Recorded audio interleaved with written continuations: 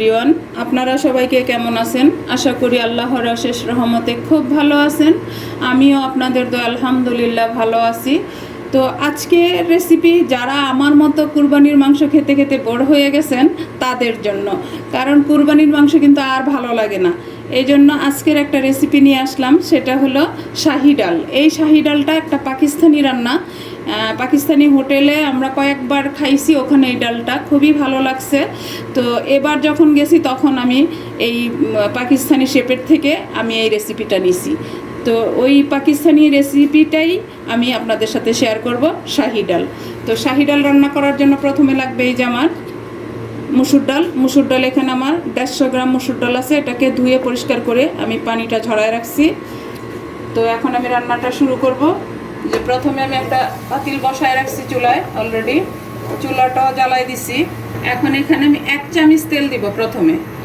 আর নাম কিন্তু ডালটার শাহি ডাল, আসলে কিন্তু উপকরণ তেমন কিছু না, একেবারে অল্প উপকরণে এই রান্নাটা কিন্তু খেতে এত টেস্টি হয়েছে, মানে না খেলে বুঝতে পারবেন না। এই যে এর জন্য এখন এখানে আমি 2টা ডিম, শুধু এখানে লবণও দিই নেই, কিচ্ছু দিই নেই, শুধু ফেটাই নিছি। এখন প্রথমে আমি ডিমটা ভাজবো। তো তেল তো দিয়েই দিছি। বিসমিল্লাহির রহমানির রহিম। ডিমটাকে ভেজে নিব।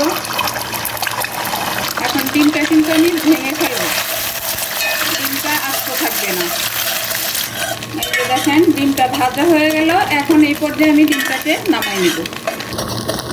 এই যে ডিমটা আমি ভেজে নামাই ফেললাম। এখন আমি এই যতটুকু তেল আছে এর সাথে আমি আরও 1 চামচ তেল দিব। এই যে দিয়ে দিলাম। বললাম না, একেবারে সহজ উপকরণে এত বড় একটা নাম দেওয়া হয়েছে শাহি ডাল, কিন্তু ঠিকই শাহি ডালের মতো এত টেস্টি, মানে না খেলে বুঝতে পারবেন না। তো এখন এখানে আমি বড় সাইজের 2টা পেঁয়াজ কুচি দিয়ে দিই। আর এই ডালটা বাচ্চাদেরও অনেক পছন্দ, বাচ্চারা অনেক পছন্দ করে খাইছে, বা যতবারই খাইছে, মাঝে মধ্যে অর্ডার করেও নিয়ে এসে খায় ওরা, রুটি দিয়ে বা পরোটা দিয়ে, অনেক ভালো লাগে এটা। এই পেঁয়াজটাকে এখন আমি কিন্তু আর বেশি লাল করব না, এই পেঁয়াজটা এরকম হালকাই লাল থাকবে। তো এই পর্যায়ে আমি দিয়ে দিব এই যে ডালটা এই পেঁয়াজের সাথে একটু ভাজবো।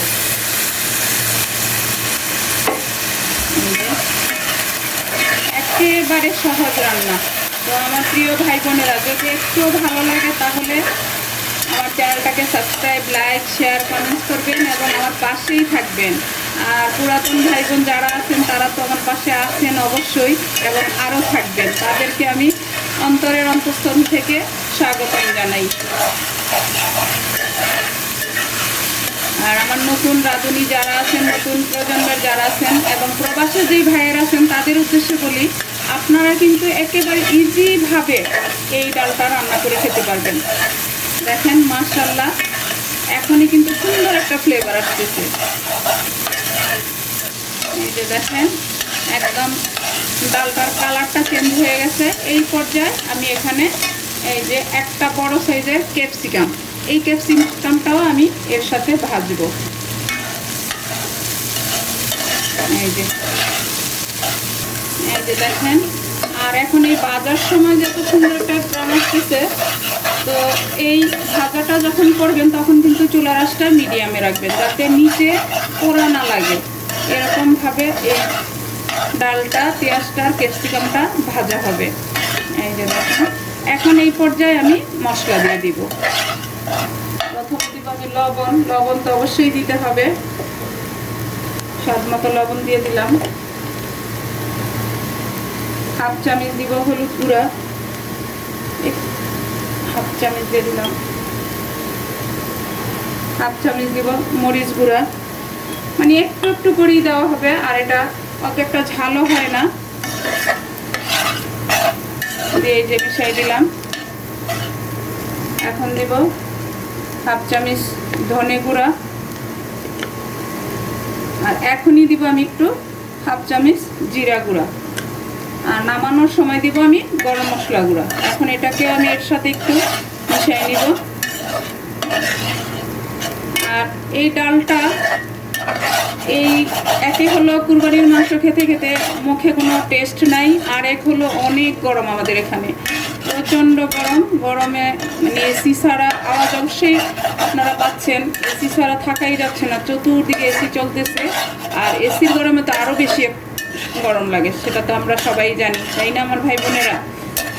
এই গরমের মধ্যে গরম ভাতের সাথে এরকম একটা ডাল থাকলে আর কিছু চাই না।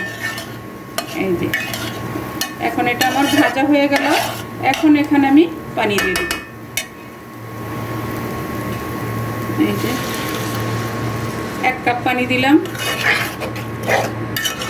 আমি আরও হাফ কাপ দিব, কারণ ডালটা কিন্তু একেবারে শুকনো শুকনো হবে। এই যে আমি আরও হাফ কাপ দিয়ে দিলাম, দিয়ে এখন চুলার আঁচটা বাড়াই দিব, বাড়ায় বলক আসা পর্যন্ত আমি অপেক্ষা করব। হ্যাঁ, ডালটা আমার বলক চলে আসছে এবং সিদ্ধ হয়ে গেছে। এই যে দেখেন, মাশাআল্লাহ মাশাআল্লাহ। এখন এই পর্যায়ে আমি দিব 8-9টা কাঁচামরিচ। আমার এই কাঁচামরিচটা ঝাল কম, যার কারণে একটু বেশি দিলাম। এটা ঝাল ছড়াবেও না, কারণ আস্ত দিছি, এটাকে আমি কোনো চিড়ে দেই নাই। এই যে, তো প্লিজ আমার ভাই বোনেরা কে কে আমার এই রেসিপিটা ফলো করে বানান আমাকে অবশ্যই জানাবেন, এবং বাসায় বানালে নিরাশ হবেন না ইনশাআল্লাহ, আশা করি। আর যারা ফেসবুক পেজ থেকে দেখতেছেন তাদের উদ্দেশ্যে বলি, প্লিজ আমার ভাই বোনেরা আমার পেজটাকে লাইক শেয়ার কমেন্টস করবেন এবং আমার পাশেই থাকবেন। দেখেন এটার এত সুন্দর একটা সেন্ট আসতেছে, আমার মুখে পানি চলে আসতেছে, মানে এটা খেতে যে এত টেস্টি হয়। আর রান্নাটা কিন্তু একেবারে সহজ, আবার অল্প সময়ের মধ্যে হয়ে যায়। দেখেন ডাল রান্নাটা কিন্তু অলমোস্ট হয়ে গেছে। এখন এই যে আমি ডিমটা ভেজে রাখছি, এখন এটা দিয়ে দিব, দিয়ে মিশাই দিব। দেখেন হয়ে গেল আমার শাহী ডাল। এই গরম উপযোগী একটা খাবার, এবং ঈদের পরে যে মুখের কোনো স্বাদ নাই তাদের জন্য একদম উপযোগী একটা খাবার এই শাহী ডালটা। এখন আপনারা ভাত দিয়ে খেতে পারেন, রুটি দিয়ে খেতে পারেন, পরোটা দিয়ে খেতে পারেন, যার যেটা দিয়ে ভালো লাগে। এই যে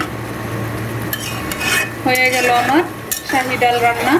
এখন এটার মধ্যে দিব আমি 1 চামচ লেবুর রস। এই যে লেবুর রসটা দিয়ে একটু মিশাই নিব। এখন লাস্ট ফিনিশিংয়ে দিব আমি বেশি না, 1 চিমটির থেকে একটু বেশি গরম মশলা গুঁড়া। এই যে সামান্য, মানে যার যতটুকু ডাল ওই মেজারমেন্ট হিসাবে দিয়ে নেবেন, কারণ ডালের মধ্যে আবার বেশি গরম মশলা দিলে ওটার সেন্টটা স্ট্রং টনিক, খেতে কিন্তু ভালো লাগবে না। এই যে 1 চিমটি দিয়ে দিলাম। এখন আমি এটাকে নামাই নিব, নামায় সার্ভ করে আমি আপনাদের সাথে শেয়ার করতেছি আমার শাহী ডালটা কেমন হলো। এই যে দেখেন আমার প্রিয় ভাই বোনেরা, রান্না করা হয়ে গেল আমার শাহী ডাল।